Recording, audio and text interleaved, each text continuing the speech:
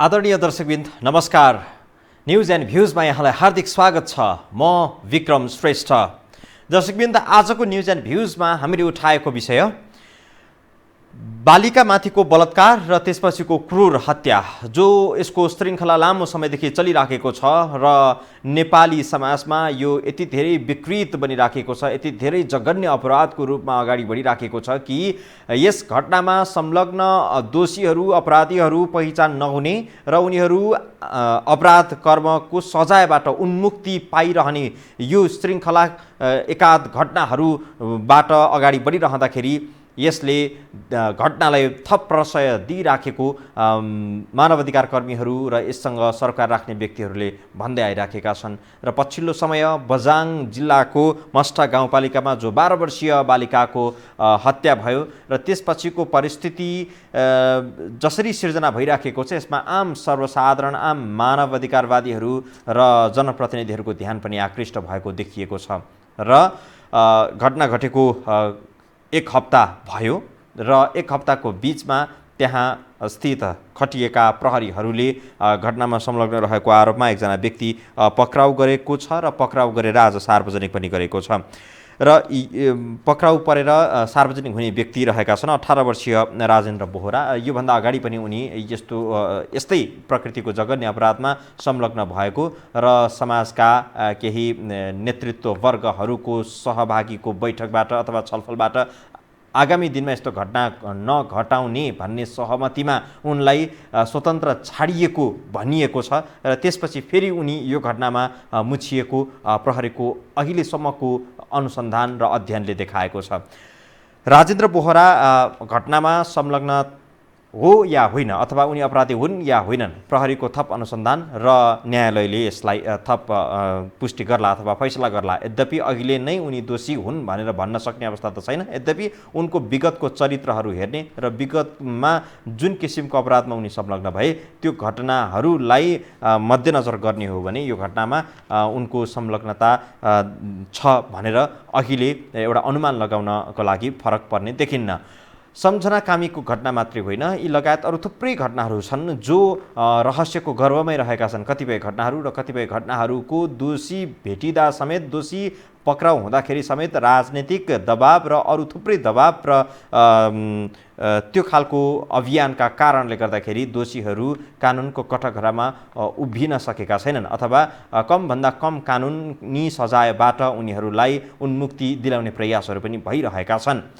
निर्मला पन्तको बलात्कारपछिको हत्या भएको घटना करिब 26 महिना बितिसकेको छ र यसबीचमा उनको यो घटना अझै पनि रहस्यको गर्भमै रहिरहेको छ। यस लगायतका अरू थुप्रै घटनाहरू रहेका छन् दर्शकवृन्द, जो अहिले पनि गुपचुपमै रहेका छन्।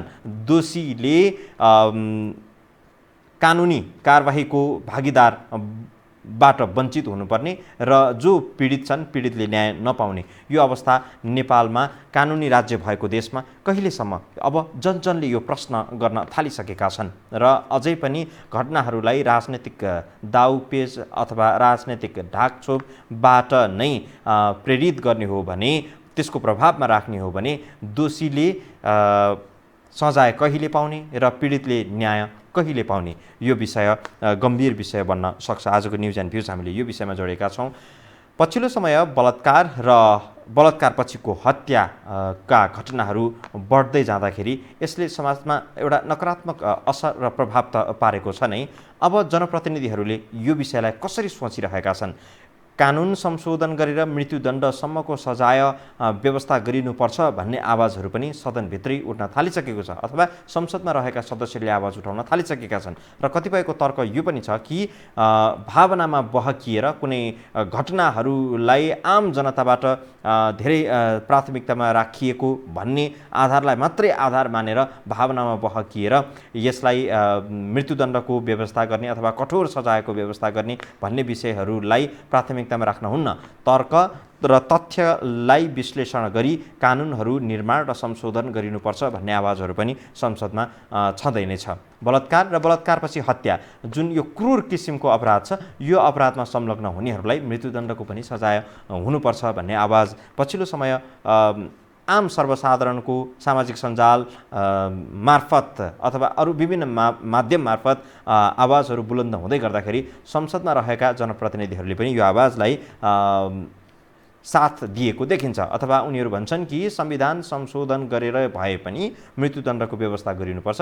अन्तर्राष्ट्रिय सन्धि सम्झौताहरू मानवाधिकार सङ्गठनमा आबद्ध रहेका व्यक्तिहरूको तर्क र त्यहाँ भएका सम्झौताहरूलाई समेत मध्यनजर गर्दा यो सम्भव छैन तत्कालको अवस्थामा। तर कानुन संशोधन गरेर भए पनि मृत्युदण्डको व्यवस्थालाई अगाडि बढाउनुपर्छ भन्ने आवाज त आजभोलि जहीँ तहीँ सुन्न सकिन्छ। यो कति व्यवहारिक कति प्रभावकारी हुन्छ र नेपाल जस्तो देशमा यो कति सम्भावनाको विषय हो, आजको न्युज एन्ड भ्युज यो विषयमा हामी प्रस्तुत गर्दैछौँ। सबैभन्दा पहिले बलात्कार र बलात्कारपछिका हत्याका घटनाहरू जो केही उदाहरणीय घटनाहरू छन्, जो बिर्सन चाहेर पनि बिर्सन नसकिने घटनाहरू छन्, निर्मला पन्त लगायतका अरू केही घटनाहरू, त्यो घटनाहरू कस्ता रहेका छन् यो रिपोर्टमा हामीले प्रस्तुत गरेका छौँ र यो तपाईँहरूसँग प्रस्तुत गर्न चाहन्छौँ।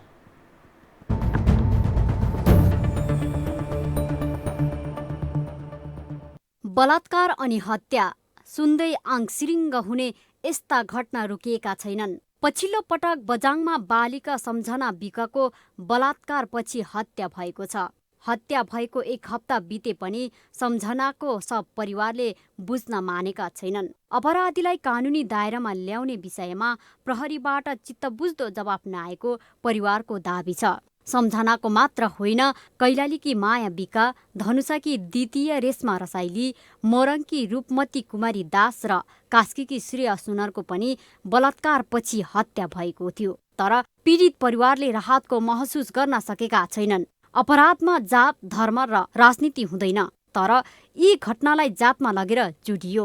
दलित अधिकारकर्मी, सांसद लगायतले विषयलाई जोरदार रूपमा उठाए, तर गैर दलित समुदाय मौन बस्यो। बलात्कार र हत्या जस्तो जनघन्य अपराधमा पनि राज्यले पर्याप्त ध्यान दिन सकेको छैन, जसकारण पीडितले शिर निहुर्याएर हिँड्नुपर्ने र पीडक छाती फुलाएर हिँड्ने अवस्था विद्यमान छ। अपराध गरिसके पछाडि अपराधी कुनै पार्टीको हुँदैन, कुनै संस्थाको हुँदैन, कुनै जातको हुँदैन, कुनै वर्गको हुँदैन भन्ने कुरालाई चाहिँ समाजमा स्थापित गराउनुपर्छ। खन्याएर मान्छे मारे, जनप्रतिनिधिहरूले उक्साएको देखियो भनेपछि जब एउटा राज्यको जनप्रतिनिधिले चाहिँ यस्तो खालको चाहिँ एक्सनमा चाहिँ उहाँहरूको भूमिका यसलाई चाहिँ इन्फोर्स गरिरहेको देखिँदाखेरि चाहिँ के हुन्छ भन्दा उत्पीडित वर्गमा यो ग्रिभ्यान्सेस भइरहने भयो।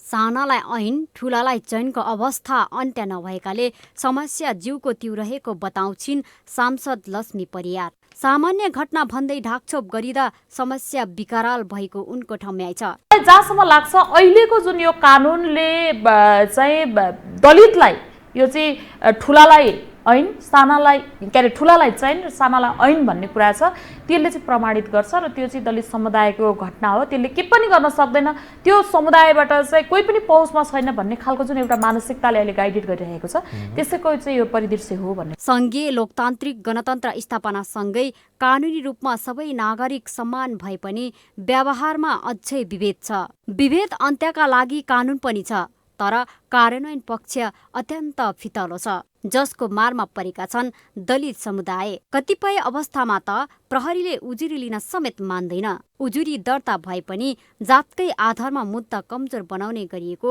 दलित अधिकार कर्मीहरूको गुनासो छ। यसतर्फ राज्य गम्भीर बन्दै समतामूलक समाज निर्माणमा लाग्न जरुरी छ। यो हो टेलिभिजनका लागि लीलामाया ठटाल, काठमाडौँ।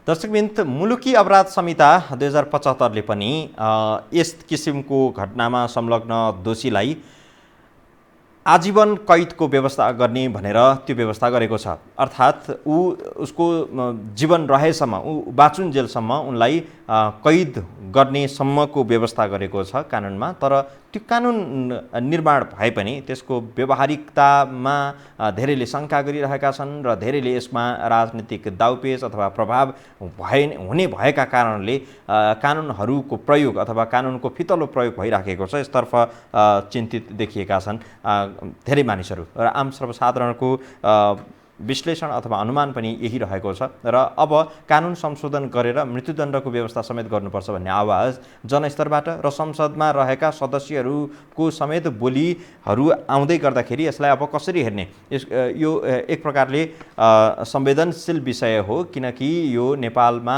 मृत्युदण्डको सजाय हुने व्यवस्था नेपालको संविधानले त्यो परिकल्पना समेत गरेको छैन र परिकल्पना समेत नगरेको यो विषयलाई मुद्दा बनाइदा अथवा यसलाई आवाज उठाउँदै गर्दाखेरि यो सम्भव हुने विषय हो कि होइन, यो प्रश्न पनि उठिरहेको छ र संविधानका ज्ञाताहरू भन्छन् नेपालले मानवाधिकार वादीहरूसँग गरेको अथवा अन्तर्राष्ट्रिय सन्धि सम्झौताहरूमा गरेको जो कबुल छ अथवा जुन सहमति छ त्यसलाई तोडेर अगाडि बढ्न सकिने अवस्था छैन।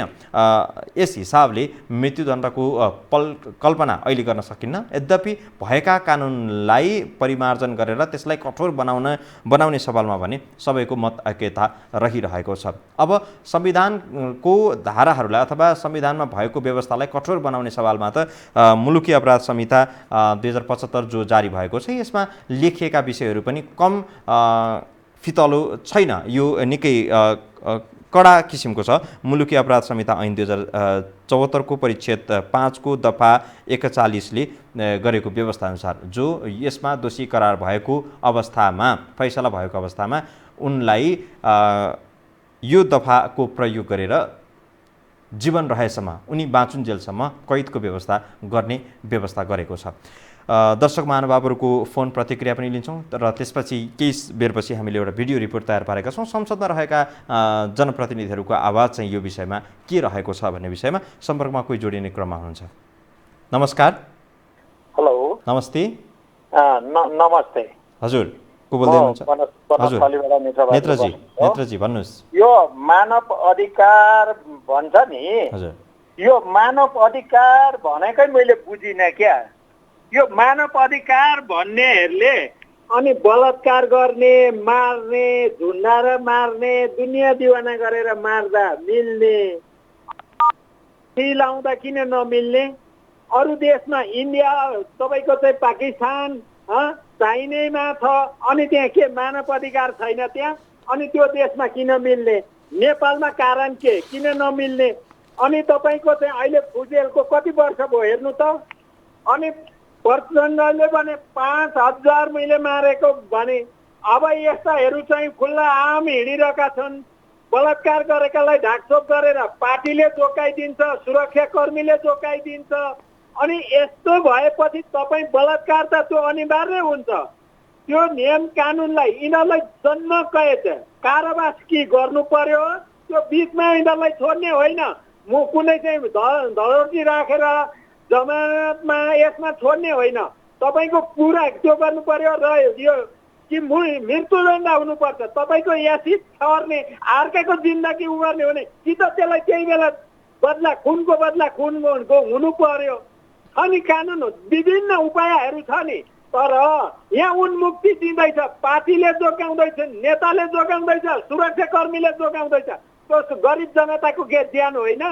उनले बाँच्न पाउने अधिकार छ कि छैन? म प्रश्न गर्न चाहन्छु। मानव अधिकार बनाउँदा छन् नि नेपालमा, यी मानव अधिकार बनाउँदावादीहरू कसका लैमा हिँडेका छन्? अनि ठुला बडाको भने खोजी हुने, अनि त्यो गरिब जनतालाई चाहिँ त्यो दलित भन्ने, त्यो दलित कसले बनाएको? यिनीहरू यी ठुला बडा बनाउनेले बनाएका होइनन्, हामीले बनाएका छौँ न त। हामीले त सम्मान गरेका छौँ। मैले नखाएको कोही छैन होला। 2 खुट्टा हुने जतिको सबैको खाएको छु, सबैसँग बसेर खाएको छु। मलाई खै मेरो के जात भन्ने गएको छैन होला। कहाँ हुन्छ? मानवता हुनु पर्यो नि त। मैले नखाएको कुनै जात छैन होला। मसँग बसेर खाने, मैले 2 खुट्टा टेकेर हिँड्नेसँग सबैसँग खाएको छु, मैले बसेको छु, हिँडेको छु, खाएको छु। अनि तपाईँको चाहिँ यस्तो हुँदाखेरि चाहिँ अहिले फुजेलको हेर्नु त लास्ट अब टिचिङमा बसेको छ।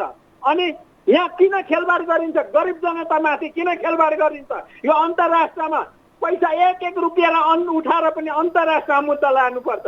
किन उठाउँदैनन्? यहाँ तपाईँको सुरक्षाकर्मीले किन ढाकछोप गर्छ? पार्टीको पक्ष लागेर चाहिँ किन पार्टीको चाहिँ प्रवक्ता भन्छ सुरक्षाकर्मी? मैले जान्दाखेरि तपाईँको मेरो गाउँमा म 5-6 वर्षको थिएँ, त्यहाँ एउटा बच्चा कसैले जन्माएर फाल्दाखेरि चाहिँ त्यहाँ उसलाई जन्म कैद भएको छ। जन्म कैद त्यहाँ हामीले एक हप्ता त त्यो बच्चा फालेको ठाउँमा रुँगेर मान्छे पत्ता लगाउनका लागि पुलिस बसेर हामी गाउँले बसेर एक हप्तासम्म लागेर पत्ता लगाएर त्यसलाई जन्म कैद गरेको छ। अनि अहिले चाहिँ मान्छे मार्ने स्वास्नी मार्ने अनि जमानियतमा धलौटी राखेपछि निस्किन पाइने। त्यसो भए त मैले पनि ल्याउने मारिदिने अनि 2-3 महिना 1-2 वर्ष बस्ने फेरि निस्किने फेरि अर्को राम्रो ल्याउने फेरि मार्ने गर्ने।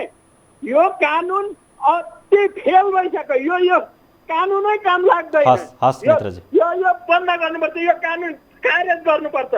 राम्रो कानुन बनाउनु पर्यो। राम्रो खालको 10 पेजको कानुन बनाउनु पर्यो। यस्ता अपराध। हस्, तपाईँलाई धेरै धेरै धन्यवाद नेत्रजी। र कानुन संशोधनको कुराहरू त बार बार उठ्ने गर्दछ र संशोधन नभएका पनि संशोधन भएको छ र संशोधनको विषय मात्रै रहेन। अब संविधान नै संशोधन गरेर मृत्युदण्डसम्मको सजायको व्यवस्था हुनुपर्छ भन्ने आवाज विभिन्न ठाउँबाट उठ्ने गर्दछ र त्यो आवाज त्यति बेला उठ्ने गर्दछ जति बेला नेपालमा यस्ता खालका क्रूर अपराधहरू घटेका हुन्छन् अथवा त्यो समयमा चाहिँ यस्ता बहसहरू हुने गर्दछ र अरू बेला भने सेलाउने गर्दछ। योभन्दा अगाडि कञ्चनपुरमा निर्मला पन्तको बलात्कारपछिको हत्या भएको घटना जो तातो रहेको समयमा मृत्युदण्डको कुराहरू बहसहरू निकै सतहमा आए। त्यसपछि यो बहसहरू फेरि सेलाउँदै गयो र आज 26-27 महिना बितिसकेको छ निर्मला पन्तको घटना घटेको। यो 2075 साल साउनको 10 गते भएको घटना थियो र त्यस हिसाबले पनि 2 वर्ष पार गरेर यो समय बित्दै गर्दाखेरि आजको मितिमा फेरि अर्को निर्मला पन्तलाई सम्झाउने गरेर बझाङमा जुन किसिमको घटना घट्यो, 12 वर्षीय एकजना अबोध बालिका जो दलित समुदायकी पनि हुन् र ती बालिकाको हत्या भएको छ र अनुमान गरिएको छ, आकलन गरिएको छ, प्रहरीले पनि आकलन गरेको छ। यसको स्वतन्त्र पुष्टि भइसकेको छैन अथवा प्रहरीले यसको अध्ययन गरि नसकेको कारणले उनको जबरजस्ती करणी भयो कि भएन भन्ने कुरा यकिन गरेर भन्न सक्ने अवस्था छैन। तर आशंका त्यो पनि छ बलात्कारपछि जबरजस्ती करणीपछि उनको हत्या भयो।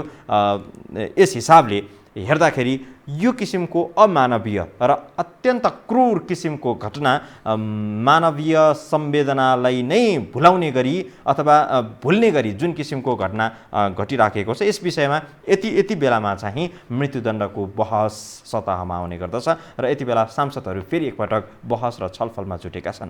यस सम्बन्धी तयार पारेको एउटा रिपोर्ट छ, त्यो प्रस्तुत गर्छौँ। तर त्योभन्दा अगाडि एउटा फोन लिइहालौँ हामी। सम्पर्कमा कोही जोडिनु भयो। नमस्कार। नमस्ते। शुभ नाम? हजुर, श्यामजी भन्नुहोस्। यो बलात्कार गर्ने भनेको अन्तिम अपराध हो। यो लास्टै होइन, मानवीयताको अन्तिम अपराध भनेर बलात्कारलाई भनिन्छ र मारिन्छ होइन। बलात्कार गरिसकेपछि यो जघन्य अपराध हो। योभन्दा ठुलो अपराधै हुन सक्दैन संसारमा।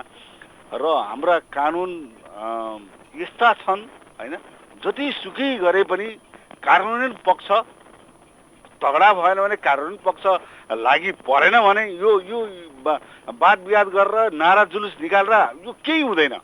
किनभने कानुनी पक्ष समतामूलक होइन, समतामूलक कानुन भन्छ नि, समतामूलक कानुन लागू भएन भने त यो त हामीले कराएर हामीले नारा जुलुस लगाएर को दलित को गैर दलित सबैलाई पर्ने हो क्या यो होइन। यस्तो कार्यान्वयन गर्नका लागि सरकारले चाहिँ पछि पर्यो भनेदेखि हामीले के मान्ने यो सरकारलाई?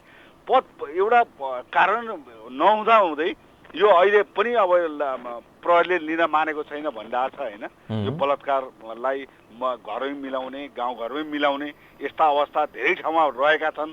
तराई क्षेत्रमा पनि भर्खरै भएका छन्। हो, यस्ता कुराहरूलाई चाहिँ प्रहरी प्रशासन, सरकार, कानुन व्यवसायीहरूले साथ नदिकन उनीहरूले चुप्लाएर मौका छोप्ने मात्रै गरिरहेका छन्।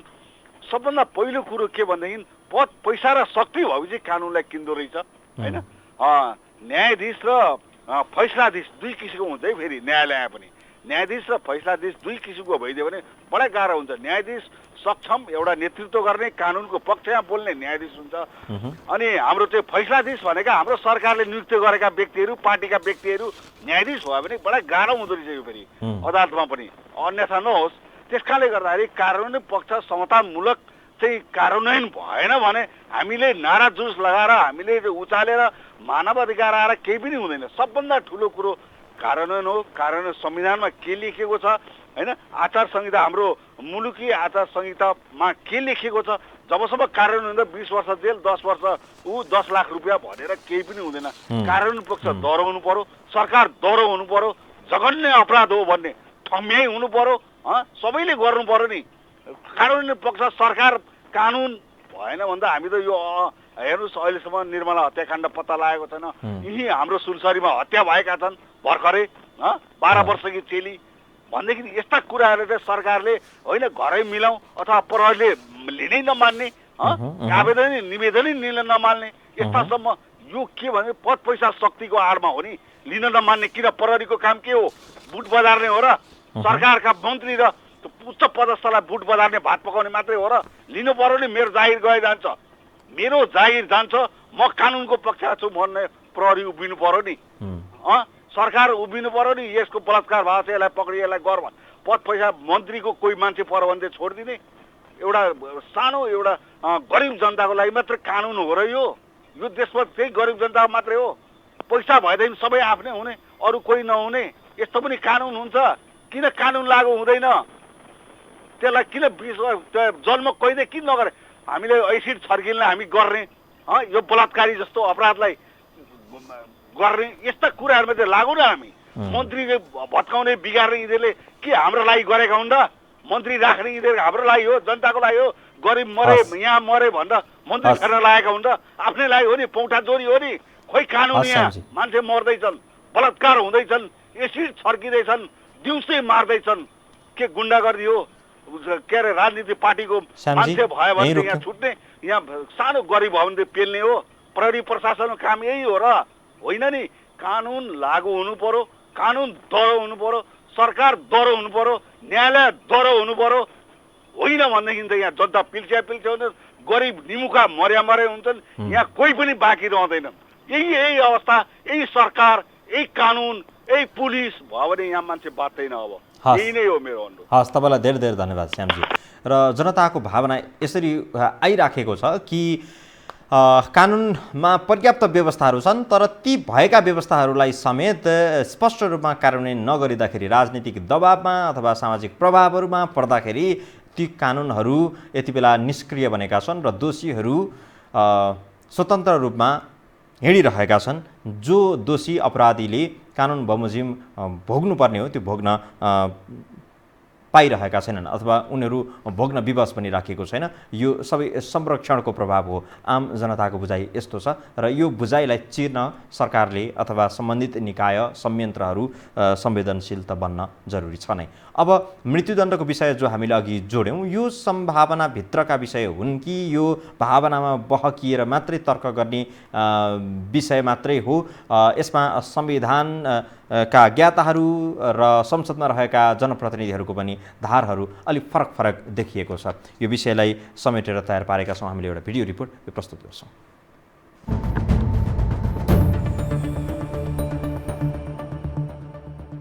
वर्ष दिन पनि नपुगेका बालिकादेखि 70 वर्ष कटेका वृद्धासम्म बलात्कारको शिकार हुन थालेपछि बलात्कारीलाई मृत्युदण्ड दिनुपर्ने आवाज उठ्न थालेको छ। पछिल्लो समय बालिकाको बलात्कारसँगै हत्याको घटनाका खबर बाहिरिएका छन्। कतिपय बलात्कारका घटना गाउँ स्तरमा मिलाउने प्रवृत्ति रहेका कारण बाहिर आउँदैनन्। बलात्कारको पीडासँगै मिलापत्रको धम्कीले पीडितले आत्महत्या नै गर्नुपर्ने अवस्था समेत आएको छ। त्यसैले पनि संविधानमा मृत्युदण्डको व्यवस्था नरहेकाले संशोधन गरेरै भए पनि मृत्युदण्डको व्यवस्था गर्नुपर्ने आवाज उठेको हो। मृत्युदण्ड दिनुपर्छ भन्ने प्रस्ताव चाहिँ आएको छ। त्यो एउटा चाहिँ कलेक्टिभली संस्थागत रूपमा भन्दा पनि व्यक्तिगत रूपमा सबैको लागेको कुराहरू बताउनु भएको छ। तर हाम्रो संविधानले त्यो अहिले दिँदैन।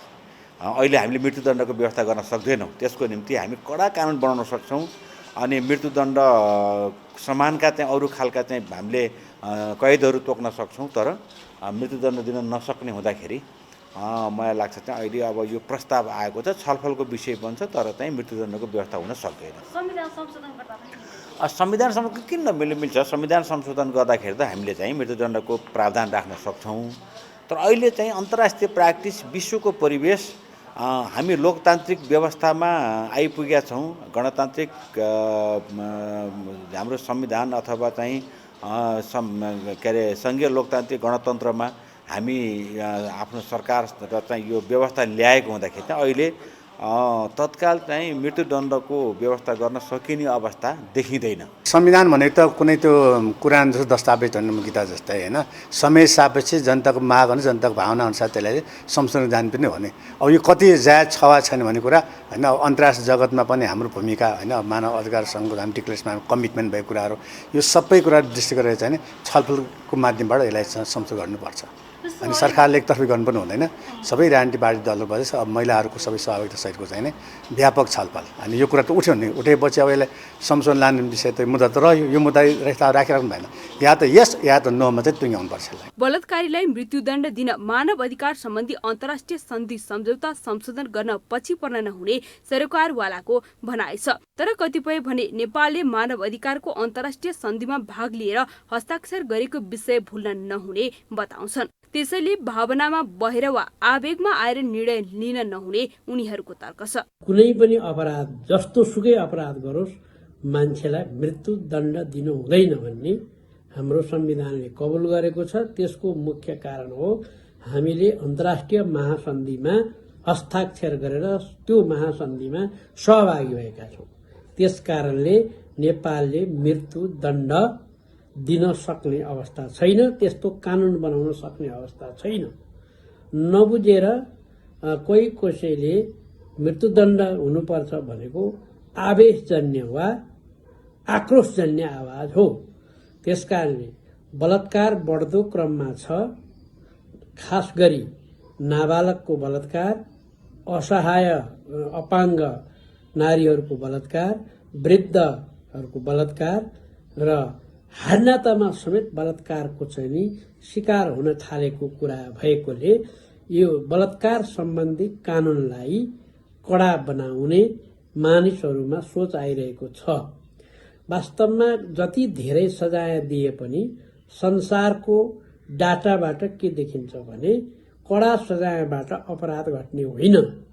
अपराध घटाउनको निमित्त समाजमा मनोविज्ञानमा प्रहार गर्नुपर्छ, नियतमा प्रहार गर्नुपर्छ, जनतालाई वा समाजलाई सभ्य समाजको निम्ति सुसंस्कृत समाजको निम्ति कसरी चाहिँ काम गर्ने भन्ने कुरा बुझाउनुपर्छ।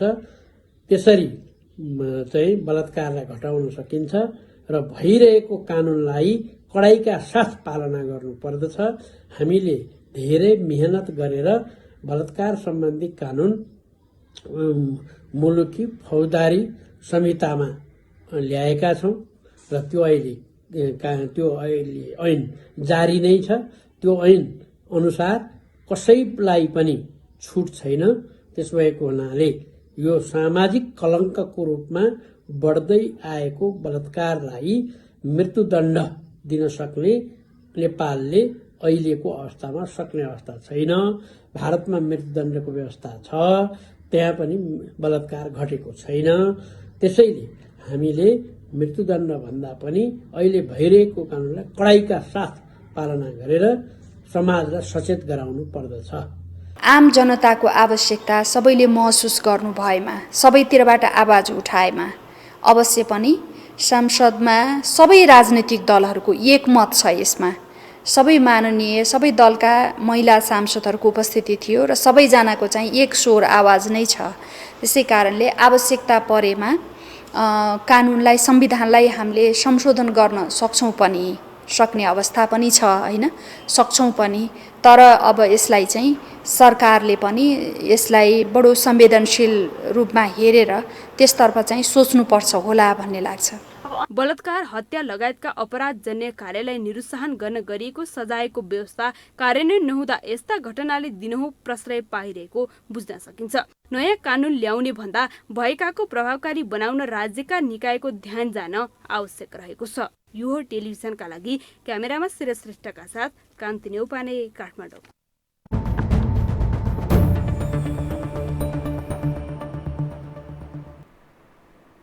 मृत्युदण्डको विषय संविधानमा अथवा कानुनमा समावेश गर्ने विषय सम्भव छ छैन यो बहसको विषय बन्न सक्छ। तर यसरी चर्चा छलफल हुँदाखेरि मात्रै पनि यसले समाजलाई थप सचेत हुन अथवा त्यस घटना त्यस्ता खालका अपराधमा सक्रिय हुन प्रेरित हुने मनोदशा भएका व्यक्तिहरूको लागि भने यो खालको बहस पनि एउटा चोटिलो प्रहार हुनसक्छ अथवा सचेतनाको लागि एउटा ठुलो एउटा हतियार बन्न सक्दछ। र मृत्युदण्डको विषय मात्र होइन, अरू भएका कानुन अथवा मौजुदा कानुनमा रहेका व्यवस्थाहरूलाई समेत प्रभावकारी रूपमा कार्यान्वयन गर्न सक्यो भने त्यसलाई दोषीलाई कडाभन्दा कडा कानुनमा भएको व्यवस्थाअनुसार कडाभन्दा कडा सजाय दिलाउन सकियो भने त्यो पनि प्रभावकारी हुन्छ अथवा त्यो नै पर्याप्त छ भन्ने आवाज चाहिँ अलिक बढी बुलन्द भएको देखिन्छ। र भावनामा बहकिएर भन्दा पनि भएका कानुनहरूलाई विवेक प्रयोग गरी कार्यान्वयन गर्ने हो भने त्यसले निकास दिन सक्छ अथवा त्यसले समस्याको समाधान गर्न सक्छ। यस्ता खालका घटनाहरू नघटाउनका लागि अथवा निरुत्साहित गराउनका लागि त्यसले प्रेरणा दिन सक्छ। आजलाई न्युज एन्ड भ्युज यति नै। हेरिदिनु भयो यहाँहरूलाई धेरै धेरै धन्यवाद। बिदा दिनुहोस्। नमस्कार।